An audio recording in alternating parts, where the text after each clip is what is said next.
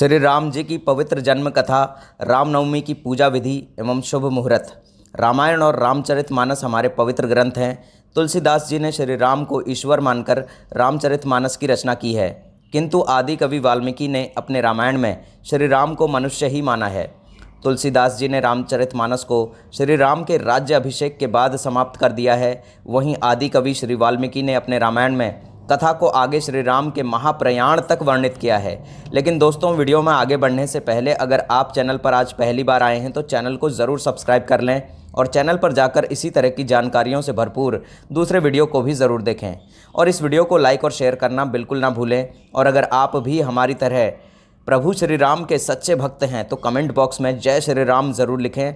श्री राम आप सब पर सदैव अपनी कृपा बनाए रखें। तो चलिए दोस्तों, जानते हैं श्री राम की पवित्र जन्म कथा। श्री राम की पवित्र जन्म कथा के अनुसार महाराजा दशरथ ने पुत्र प्राप्ति हेतु यज्ञ आरंभ करने की ठानी। महाराज की आज्ञानुसार शामकर्ण घोड़ा चतुरंगिनी सेना के साथ छुड़वा दिया गया। महाराज दशरथ ने समस्त मनस्वी, तपस्वी, विद्वान, ऋषि मुनियों तथा वेद विज्ञ प्रकांड पंडितों को यज्ञ संपन्न कराने के लिए बुलावा भेज दिया। निश्चित समय आने पर समस्त अभ्यागतों के साथ महाराज दशरथ अपने गुरु वशिष्ठ जी तथा अपने परम मित्र अंग देश के अधिपति लोभपात के जामाता रिंग ऋषि को लेकर यज्ञ मंडप में पधारे। इस प्रकार महान यज्ञ का विधिवत शुभारंभ किया गया। संपूर्ण वातावरण वेदों की ऋचाओं के उच्च स्वर में पाठ से गूंजने तथा समिधा की सुगंध से महकने लगा। समस्त पंडितों, ब्राह्मणों, ऋषियों आदि को यथोचित धन, धान्य, गौ आदि भेंट करके सादर विदा करने के साथ यज्ञ की समाप्ति हुई। राजा दशरथ ने यज्ञ के प्रसाद चरा खीर को अपने महल में ले जाकर अपनी तीनों रानियों में वितरित कर दिया।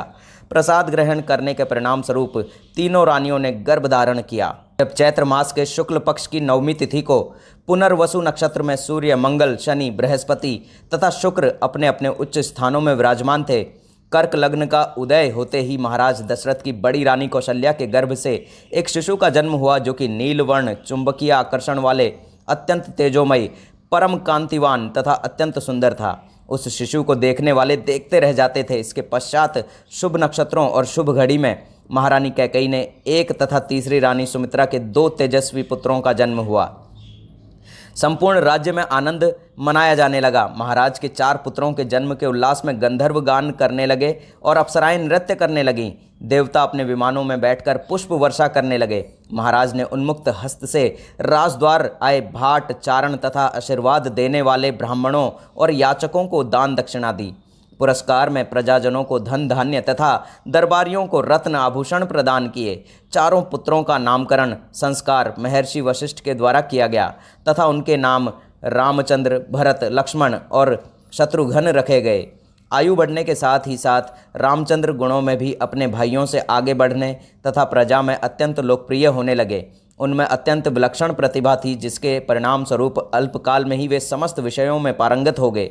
उन्हें सभी प्रकार के अस्त्र शस्त्रों को चलाने तथा हाथी, घोड़े और सभी प्रकार के वाहनों की सवारी में उन्हें असाधारण निपुणता प्राप्त हो गई। वे निरंतर माता पिता और गुरुजनों की सेवा में लगे रहते थे। उनका अनुसरण शेष 3 भाई भी करते थे। गुरुजनों के प्रति इतनी श्रद्धा भक्ति इन 4 भाइयों में थी, उतना ही उनमें परस्पर प्रेम और सौहार्द भी था। महाराज दशरथ का हृदय अपने 4 पुत्रों को देखकर गर्व और आनंद से भर उठता था। धार्मिक ग्रंथों के अनुसार त्रेता युग में भगवान राम का जन्म चैत्र शुक्ल नवमी के दिन हुआ था, जिसे श्री राम नवमी के रूप में मनाया जाता है, जिसका उद्देश्य रावण के अत्याचारों का खात्मा तथा अधर्म का नाश करके धर्म की स्थापना करना था। रामनवमी क्यों मनाते हैं? चैत्र मास में शुक्ल पक्ष की नवमी तिथि को रामनवमी का पर्व मनाया जाता है। इस बार रामनवमी 17 अप्रैल 2024 बुधवार को मनाई जाएगी। रामनवमी भारत में एक बहुत ही प्रमुख त्यौहार है, जिसे बेहद उल्लास के साथ मनाया जाता है। हिंदुओं के लिए रामनवमी का बड़ा ही महत्व है। शास्त्रों के अनुसार इस दिन भगवान राम का जन्म हुआ था, जिसे लोगों द्वारा बड़े स्तर पर मनाया जाता है। भगवान राम को विष्णु जी का अवतार माना जाता है। हिंदू धार्मिक ग्रंथों के अनुसार त्रेता युग में रावण के अत्याचारों को समाप्त करके और पुनः धर्म की स्थापना हेतु भगवान विष्णु ने धरती पर मनुष्य के रूप में राम अवतार के रूप में जन्म लिया था। पूरे देश में रामनवमी के पर्व को उत्साह के साथ मनाया जाता है, लेकिन उत्तर भारत में विशेष रूप से अयोध्या में इस दिन को भव्य तरीके से मनाया जाता है। आपको बता दें कि इस दिन कन्या पूजन भी किया जाता है। इस दिन भगवान को प्रसाद के रूप में पंचामृत, श्रीखंड, खीर या हलवे जैसी चीज़ों का भोग लगाया जाता है। राम जी के पूजन में दूध और घी का अहम स्थान होता है। आप रामनवमी के अवसर पर श्रीखंड बना सकते हैं। श्री रामनवमी की पूजा विधि तथा शुभ मुहूर्त क्या है? हिंदू पंचांग के अनुसार रामनवमी इस बार 16 अप्रैल को दोपहर में 1:23 पर आरंभ हो जाएगी तथा इसका समापन 17 अप्रैल को दोपहर में 3:14 पर होगा। उदया तिथि की मान्यता के अनुसार रामनवमी का पर्व 17 अप्रैल को मनाया जाएगा। रामनवमी के दिन ही चैत्र नवरात्रि का समापन भी होगा। जो लोग 9 दिन व्रत करते हैं वे रामनवमी के दिन पारण करके नवरात्रि के व्रत को पूरा करेंगे। रामनवमी पर बने हैं शुभ योग। रामनवमी पर इस बार पूरे दिन रवि योग का शुभ संयोग बना हुआ है। इस बार रामनवमी पर भगवान राम का जन्मोत्सव धूमधाम से मनाया जाएगा। इस दिन आश्लेषा नक्षत्र पूर्ण रात्रि तक है। रामनवमी की पूजा का शुभ मुहूर्त रामनवमी की पूजा का जो शुभ मुहूर्त है 11:50 से लेकर 12:21 तक का समय सर्वोत्तम रहेगा। इस समय शुभ चौगड़िया भी रहेगा। वैसे 11:50 से 1:38 तक का समय भी पूजन के लिए लिया जा सकता है। रामनवमी की पूजा विधि की बात करते हैं तो पहला है, सबसे पहले इस दिन भगवा ध्वज, पताका, तोरण और बंधनवार से घर सजाना चाहिए। दूसरा, फिर प्रातःकाल नित्य कर्म से निवृत्त होकर रामलला का झूला सजाना चाहिए और उसमें उनकी मूर्ति को शुद्ध पवित्र ताजे जल से स्नान कराकर नए वस्त्र और आभूषण धारण कराकर विराजमान करना चाहिए। तीसरा, मूर्ति अथवा चित्र पर धूप, दीप, आरती, पुष्प, पीला चंदन अर्पित करते हुए भगवान की पूजा करें। षोडशोपचार पूजा भी कर सकते हैं, जैसे मस्तक पर हल्दी, कुमकुम, चंदन और चावल लगाएं। फिर उन्हें हार और फूल चढ़ाएं।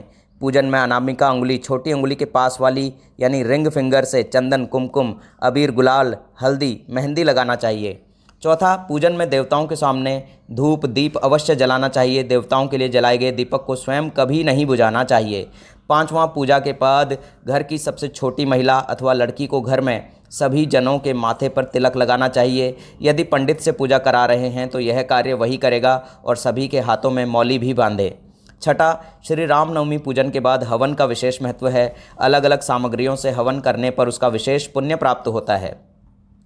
अब बात करते हैं नैवेद्य की। पहला, पूजा के बाद श्री राम को गाय के दूध, दही, देसी घी, शहद, चीनी से बना पंचामृत अर्पित करें। इसके साथ ही श्री राम के प्रिय पकवान उन्हें अर्पित करें। ध्यान रखें कि नमक, मिर्च और तेल का प्रयोग नैवेद्य में नहीं किया जाता है। प्रत्येक पकवान पर तुलसी का एक पत्ता रखा जाता है। दूसरा, श्री राम के सबसे प्रिय पदार्थ खीर और फल मूल को प्रसाद के रूप में तैयार करके पहले से ही रख लें। प्रसाद के रूप में खासकर पिसे धनियों को घी में सेंक कर उसमें गुड़ या पिसी हुई शक्कर मिलाकर प्रसाद बांटा जाता है, जिसे पंजीरी कहते हैं। राम भोग। पहला, भगवान श्री राम जी को केसर भात, खीर, कलाकंद, बर्फी, गुलाब जामुन का भोग प्रिय है। दूसरा, इसके अलावा हलवा, पूरन पोली, लड्डू और सेवइयाँ भी उनको पसंद है। तीसरा, पंचामृत और धनिया पंजीरी 2 तरह के प्रसाद उन्हें अर्पित किए जाते हैं। चौथा है, उन्हें धनिये का प्रसाद चढ़ाते हैं। इसे धनिया पंजीरी कहते हैं। इसे सॉल्ट पंजीरी भी कहते हैं। ये कई तरह से बनाई जाती है। अब बात करते हैं आरती और भजन की। पहला, जिस भी देवी या देवता के तीज त्योहार पर या नित्य उनकी पूजा की जा रही हो तो अंत में उनकी आरती करके नैवेद्य चढ़ाकर पूजा का समापन किया जाता है। श्री रामचरित मानस बालकांड का श्रद्धा से पाठ करना अथवा श्रवण करना चाहिए। तीसरा, श्री राम का भजन, पूजन, कीर्तन करें। चौथा, श्री राम का ध्यान करें। दोस्तों, आज की ये हमारी वीडियो आपको कैसी लगी हमें कमेंट करके ज़रूर बताएं। अगर आपको हमारी वीडियो अच्छी लगी हो तो कमेंट बॉक्स में जय श्री राम ज़रूर लिखें और चैनल को ज़रूर सब्सक्राइब कर लें। श्री राम आप सब पर सदैव अपनी कृपा बनाए रखें और वीडियो के अंत तक बने रहने के लिए आप सभी लोगों का बहुत बहुत धन्यवाद दोस्तों।